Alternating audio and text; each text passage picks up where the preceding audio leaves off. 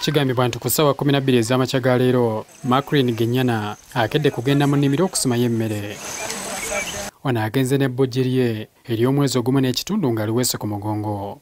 Mu kudda nga yeetisse enku ne mawugu gw'abadde asimye. Kigambibwa nti yasisinkanye Deo Kaddugala ng'amuteeze era olwamulabye kwe kumukkakanako n'amutema ebiso ebyamujja mu budde.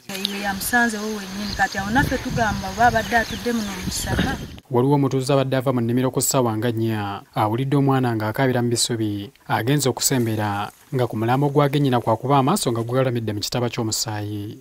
Ono akubye enduulu esombodde banne. Amutemye eno ku bulago mirundi 2 n'ejjambiya endala wano bw'ati. Kigambibwa nti abatuuze bayeddewo omwana ne banoonya bba w'omukyalo ono kuba babadde bakimanyiiko nti bulijjo yeewerera okumutta. Ono bamusanze mu makaage ng'alina ekisa ekijjudde omusaayi era tebalonzalonzezza kwe kumukkakanako naye ne bamumizza omusu n'ennyumba ye ne bagireka ku ttaka. Baludde nga balina obutakkaanya mu maka gaabwe ffenna abantu nga tubimanyi.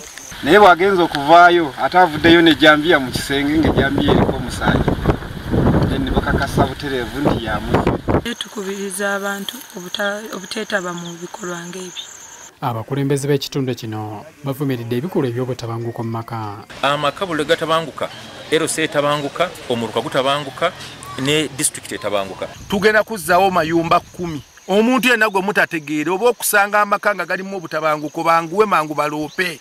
Poliisi eriko muzira kisa gwefunye okugira ng'alabirira mulekwa oluvannyuma lwa maama w'omugenzi okugaana okumulabirira. Emirambo nagyo gitwaliddwe mu ggwanika ly'eddwaliro erya Kyazanga Health Center 4.